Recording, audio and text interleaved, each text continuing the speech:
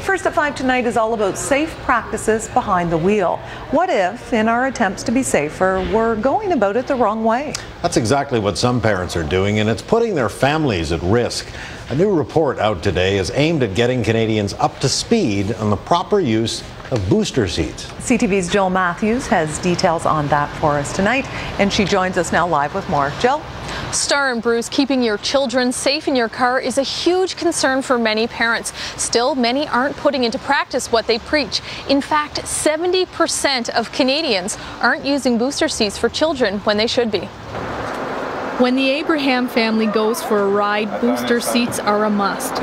Louis and Remy buckle themselves up. Then Dad makes sure they're secure. And I think it's safest to put a 5-point harness like in a race car. You see when big collision occurs, a race driver are coming out without a scratch, so it will be the same thing for him if a collision occurs. It's a habit many parents aren't adopting, according to a poll released today by Safe Kids Canada.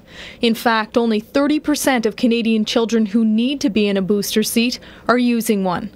Legislation varies across the country, but in the Maritimes, it's been the law for a few years.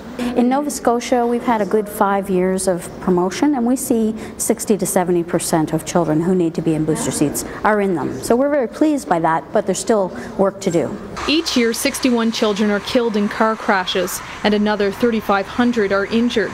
When placed in car and booster seats, their risk of injury is reduced by 60%.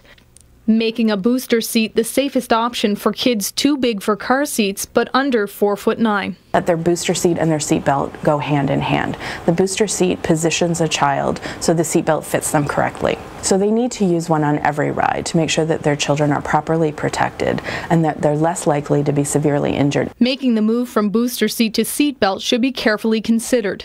Parents should make sure the shoulder belt runs across the chest without touching the neck. The lap belt should lie on the hip bone, and your child's knees should bend easily over the seat. What parents need to know is that although seatbelts are an effective safety device, they aren't appropriate for kids who are under 4'9" or 145 centimeters. So what happens in a crash is that children often suffer severe internal injuries by using a seatbelt on its own too early in their development. Safe Kids Canada says the key to keeping children safe on the road is through legislation and education, something that starts with a good role model at home.